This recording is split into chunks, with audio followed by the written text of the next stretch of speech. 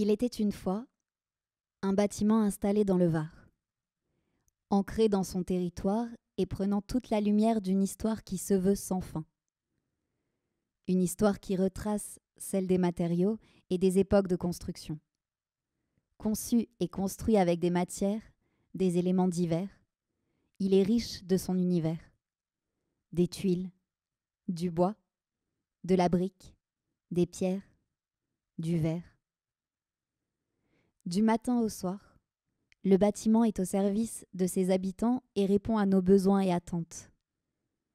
Il accueille, loge, héberge, expose, réunit, soigne, éduque, restaure, sert, anime, archive, stocke, divertit, distrait. Il est toujours là pour nous. Qu'il fasse beau ou non, qu'il fasse chaud ou froid, qu'il fasse jour ou nuit, il est là. Nous l'avons pensé, conçu, construit, vécu, et nous continuons à vouloir le conserver, le soutenir, le faire exister pour nous. Un jour, le bâtiment perd un peu la forme. Il est encore utile pour nous, mais pas tout à fait en bonne santé. Apparaissent des petites fissures à l'extérieur et à l'intérieur, des traces d'usure sur l'enduit, des trous dans les carreaux du sol. Il est toujours là pour nous, mais nous demande de l'attention. Il est bien debout, mais il ne le sera pas forcément toujours. Comme un médecin qui soigne son patient, nous sommes tenus de faire ce diagnostic. Comprendre l'histoire du bâtiment et de toutes ses composantes. Être conscient des causes et effets et distinguer les pathologies. Faire l'inventaire de tout ce qui forme le bâtiment et apprendre à le connaître. Comme un jardinier qui prend soin, nous sommes tenus d'être à l'écoute du bâtiment pour ne pas le laisser s'assécher. Comme tout vivant, le bâtiment doit respirer par les usages pour continuer de vivre. Nous y sommes. Nous sommes en février 2023 et souhaitons réhabiliter le bâtiment. Si la loi oblige à le diagnostiquer, notre histoire et notre vécu nous poussent à le faire. Quelle que soit sa surface, le bâtiment est un héritage, un patrimoine à conserver. Une nouvelle vie, ou peut-être une vie tout court. Une vie sauvée, révélée, éclairée.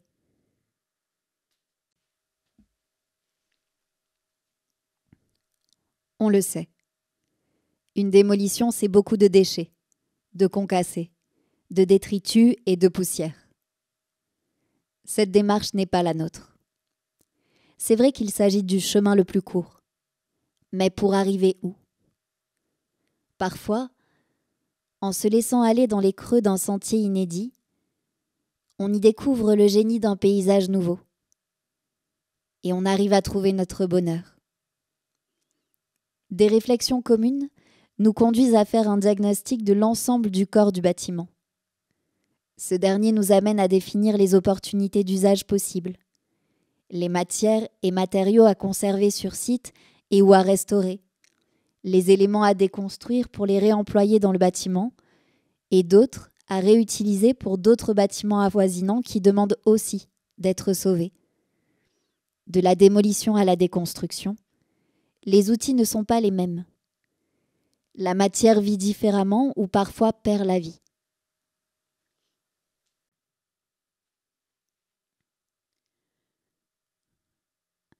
Voir que ceci n'est pas un déchet nécessite une prise de conscience du potentiel que le matériau ou produit possède.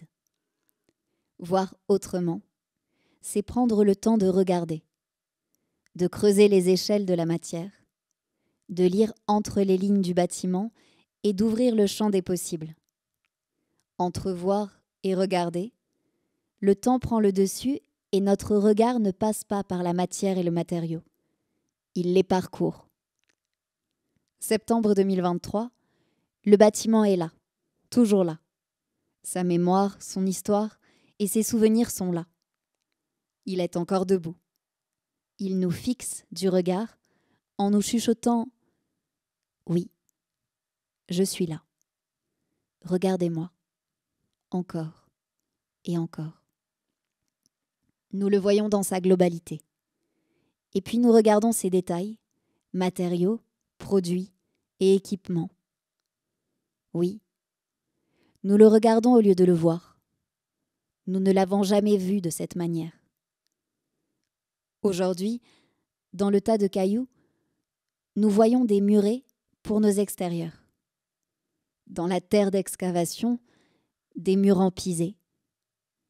Dans le bois des palettes, du mobilier. Dans les morceaux de pierre, une reconstruction. Et dans les carreaux anciens, une mémoire de lieu. Nous voyons dans tout ce que nous regardons un usage, un intérêt et une histoire à raconter.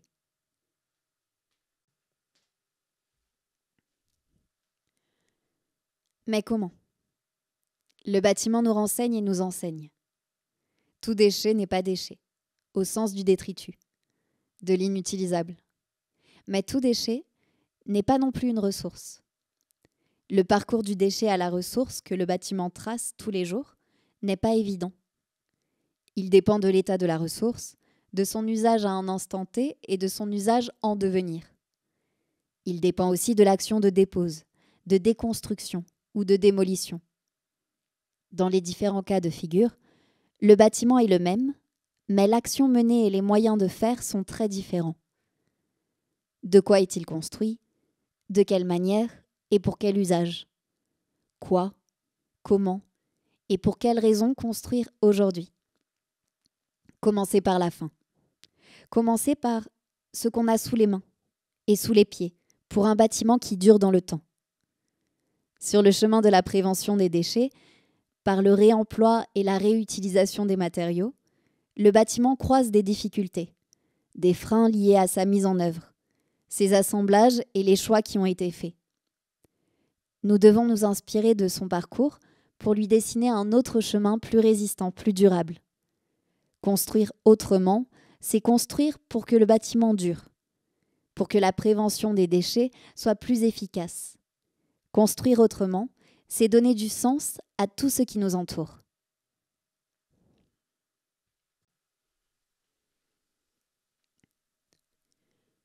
Tout dépend de tout.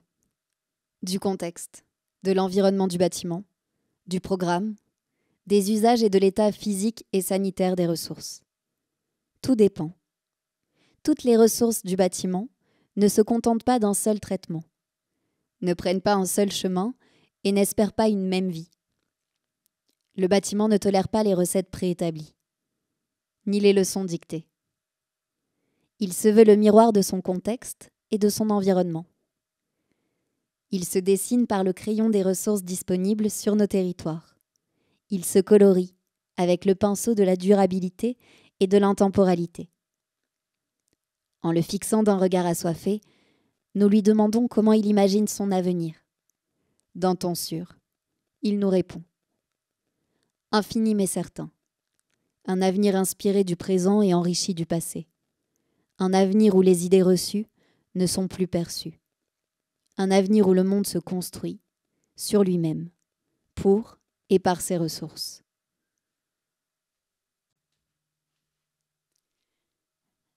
La question des ressources, bien que récurrente dans les discours actuels, est encore à creuser. Elle se manifeste sous plusieurs formes. Matières premières, matériaux composites, produits, équipements. Le temps est le maître mot de l'histoire des bâtiments ressources.